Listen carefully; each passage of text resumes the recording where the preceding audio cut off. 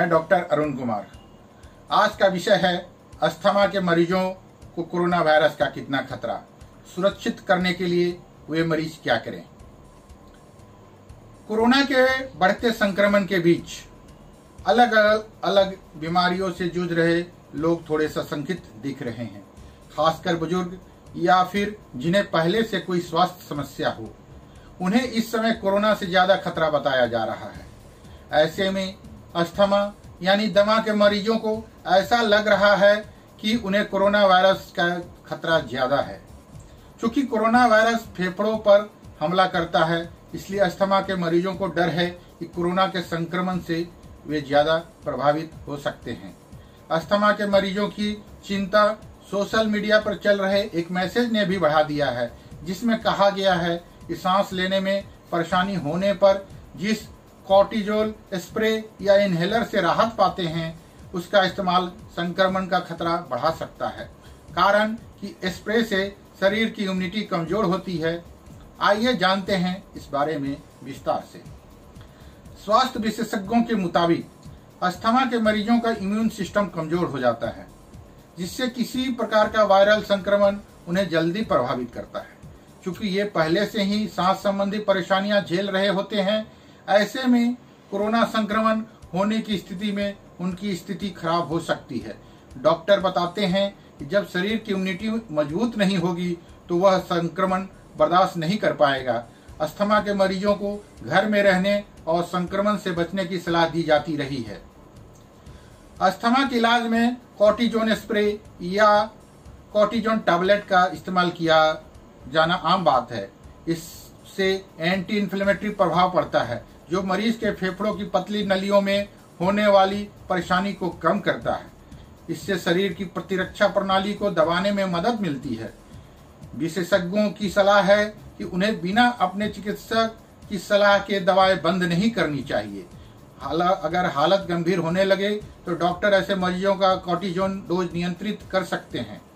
कुछ विशेषज्ञों का राय इससे अलग भी है। एक विशेषज्ञ ने सलाह दी कि अस्थमा के मरीजों को डॉक्टर से कॉर्टिजोन आधारित दवा के विकल्पों पर बात करनी चाहिए, ताकि उनकी इम्यूनिटी प्रभावित ना हो। हालांकि अब तक कॉर्टिजोन युक्त दवाओं का संक्रमण से सीधा कनेक्शन स्थापित नहीं हुआ है, इसलिए विशेषज्ञ अब तक इनहेलर यानी स्प्रे का समर्थन कर रहे हैं। उनके मुताबिक अस्थमा के मरीजों को कॉर्टिजोन स्प्रे बंद नहीं करना चाहिए। आइए जानते हैं सुरक्षित रहने के लिए और क्या क्या करें। यह बात तो साफ हो चुकी है कि जिन्हें पहले से सांस की समस्या हो, उनका शरीर वायरस संक्रमण से लड़ने में कमजोर साबित हो सकता है। एक रिपोर्ट के मुताबिक फेफड़ों की म्यूकोसा पहले से कमजोर होने के कारण यह खतरा होता है। लंग स्पेशलिस्ट बताते हैं कि अस्थमा के मरीजों में उनके म्यूकोसा में एलर्जी के कारण होने वाला अक्सर इन्फ्लेमेशन दिखता है, लेकिन यह निमोनिया का रूप नहीं होता।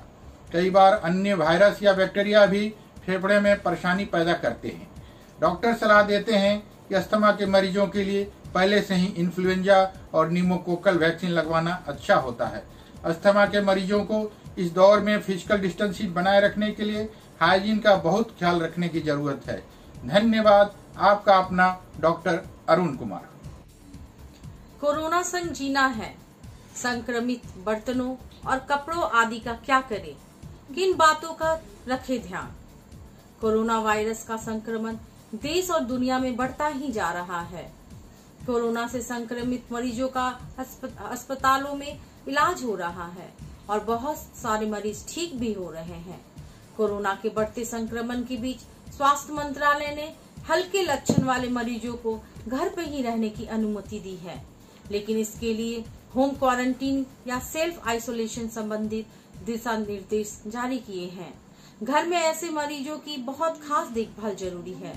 मरीजों के कमरे ही नहीं बल्कि उनके बर्तन और कपड़े वगैरह भी अलग रखने को कहा गया है। कोरोना संकट के इस दौर में लोगों के मन में कई तरह के सवाल हैं, जिसको लेकर बहुत से लोग भ्रम में हैं। आइए जानते हैं कुछ जरूरी सवालों का जवाब। इन दिनों कोरोना वायरस को लेकर कई तरह के मिथक भी लोगों के बीच फैल रहे हैं, जिनको लेकर आम लोगों में काफी भ्रम की स्थिति पैदा हो रही है। लोगों के मन में एक सवाल है कि क्या हर समय घर की खिड़कियां, दरवाजे वगैरह बंद रखना चाहिए? नहीं, दरअसल यह लोगों का भ्रम है। विशेषज्ञ के मुताबिक घर या ऑफिस अंदर स्वच्छ हवा का आना जरूरी होता है। इस बारे में पूर्व में हो चुकी कई रिसर्च में बताया जा चुका है कि कमरे में ताजी हवा और रोशनी का आवागमन वातावरण को साफ और संक्रमण मुक्त रखने में मदद करता है। क्या संक्रमितों द्वारा इस्तेमाल बर्तन या कपड़ों, तौलियों, चादर वगैरह बाहर फेंक देना चाहिए? स्वास्थ्य कल्याण मंत्रालय के दिशा निर्देश में बताया गया है कि संक्रमित व्यक्ति द्वारा इस्तेमाल किए गए बर्तनों को अच्छी तरह साबुन या डिटर्जेंट से साफ करना चाहिए। साफ करते समय हाथ में ग्लव्स पहनना चाहिए और फिर ग्लव्स उतारकर दोबारा हाथों को अच्छी तरह धो ले। बर्तन धोने के बाद उन्हें ठीक से सूखने दे।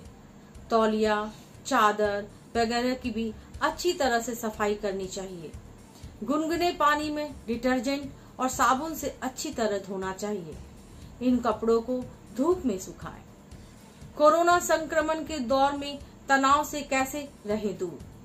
संक्रमण के बीच लोगों के मानसिक तनाव का शिकार होने की भी संभावना रहती है। लोगों को अपने दोस्तों और परिजनों के साथ भावनात्मक जुड़ाव महसूस करने के लिए बातें करनी चाहिए। वीडियो कॉल पर भी बातें करनी चाहिए। खान पान और नींद का भी ध्यान रखना जरूरी। खान पान का ध्यान रखें, पूरी नींद ले, नियमित व्यायाम करें और खुद को व्यस्त रखें। कोरोना के बारे में फेसबुक, व्हाट्सएप पर चल रहे अफवाहों से दूर रहें। वर्तमान में जिए और भरोसा रखें कि यह समय भी गुजर जाएगा। कोरोना संकट के बीच सवाल, डर और कई तरह की आशंकाओं के बीच संशय और भय का माहौल होना लाजिमी है। केंद्रीय स्वास्थ्य मंत्रालय से लेकर विश्व स्वास्थ्य संगठन भी इस बात पर जोर देता है कि कोरोना वायरस से डरने की बजाय एहतियात बरतने की जरूरत है। इस महामारी के दौर में खुद को सुरक्षित रखने के लिए बहुत जरूरी है कि आप अफवाहों से दूर रहें। मैं ललिता कुमारी, धन्यवाद।